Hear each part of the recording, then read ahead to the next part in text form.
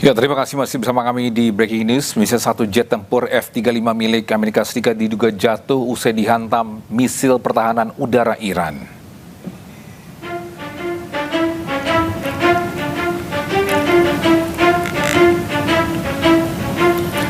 Pemirsa, Garda Revolusi Iran mengklaim berhasil menembak jet F-35 tersebut hingga rusak parah. Jika kerusakan terkonfirmasi, ini menjadi kali pertama Iran berhasil menyerang jet senilai 100 juta dolar Amerika tersebut. Hal ini berbalik dengan klaim dari juru bicara Pusat Komando Amerika Serikat. Jet tempur F-35 dilaporkan terpaksa mendarat karena keadaan darurat. Badan pesawat dan pilot pun mendarat dengan selamat.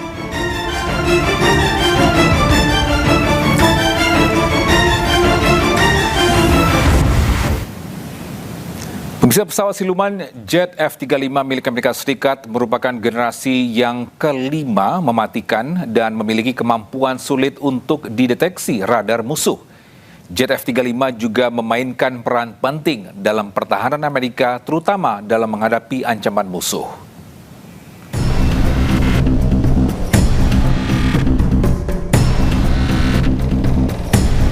Jet tempur siluman F-35 adalah pesawat tempur generasi kelima yang diproduksi oleh Amerika Serikat.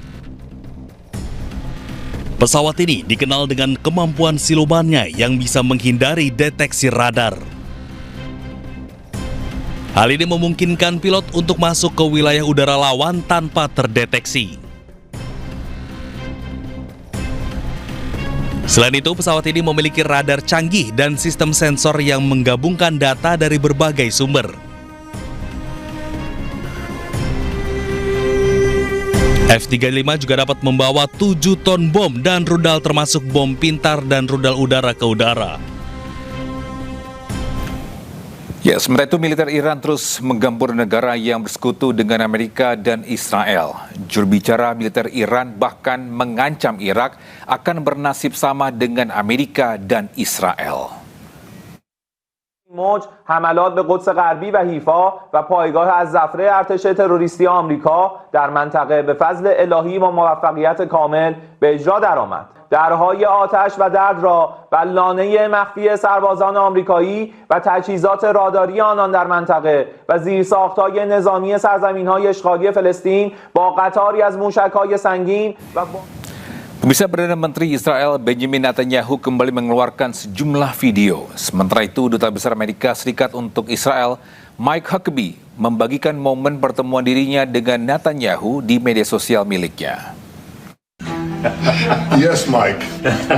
Yes, I'm alive.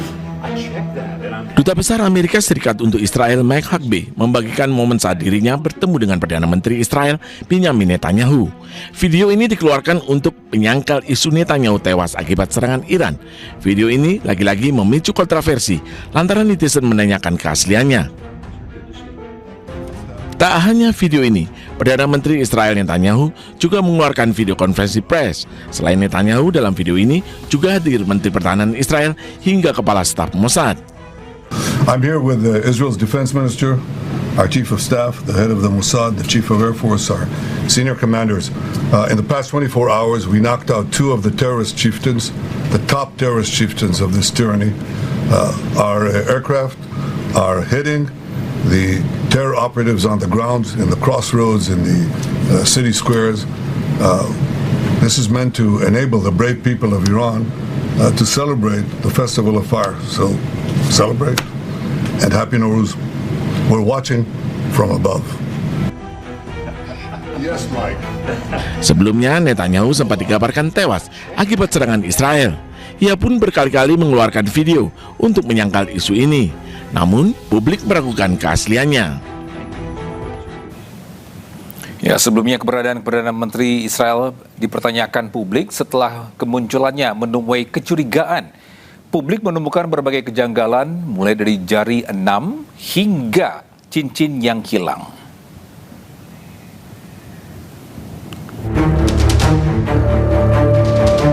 Menjawab pertanyaan publik tentang keberadaannya, Perdana Menteri Israel Benjamin Netanyahu gencar mengeluarkan video di sejumlah platform. Dalam video yang diunggah pada 12 Maret 2026, Benjamin Netanyahu muncul ke publik usai dikabarkan terluka dan tewas akibat serangan Iran. Namun videonya dianggap janggal. Jari Netanyahu terlihat ada 6 di tangan kanan. Dianggap tak wajar, publik pun menyebut video Netanyahu dibuat dengan Artificial Intelligence atau AI. Pada 16 Maret 2026, unggahan Netanyahu di akun pribadinya juga menyita perhatian publik. Ia muncul menyapa warga di sekitar kedai kopi. Namun, lagi-lagi warganet dibuat curiga dan menuding video yang dibagikan dibuat dengan Artificial Intelligence atau AI. Karena cincin di jari Netanyahu terlihat tak nyata. Di awal terlihat, namun saat bergerak cincin di jari kirinya hilang. Netanyahu juga sempat mengeluarkan video bersama Duta Besar Amerika Serikat untuk Israel, Mike Huckabee, di media sosial miliknya. Namun lagi-lagi publik dibuat curiga karena jari Netanyahu saat bersalaman berjumlah 4. Netizen pun menduga video Netanyahu dibuat dengan AI. Dalam dialognya dengan Duta Besar Amerika Serikat untuk Israel, ia sempat mengeluarkan kartu yang berisi nama-nama orang yang ia targetkan.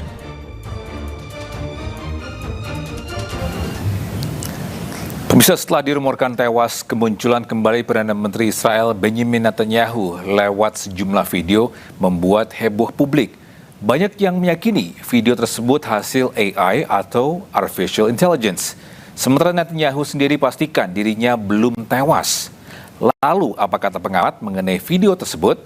Berikut pernyataan Firman Kurniawan, pengamat budaya dan komunikasi digital AI. Nomor 1 dan 4 saya lebih cenderung dengan mata saya itu artificial intelligence. 1 sampai 4 yang mana nih? Boleh didetail? 1 dan 4. Yang tadi minum kopi di kafe ya? Sorry, 1 dan 4. Oke. 1 dan 4. Dan 4 itu artificial intelligence. Oke.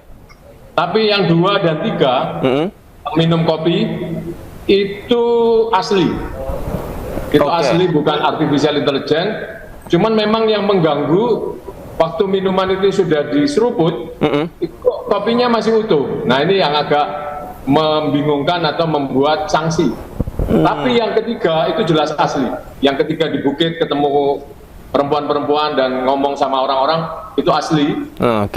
Videonya.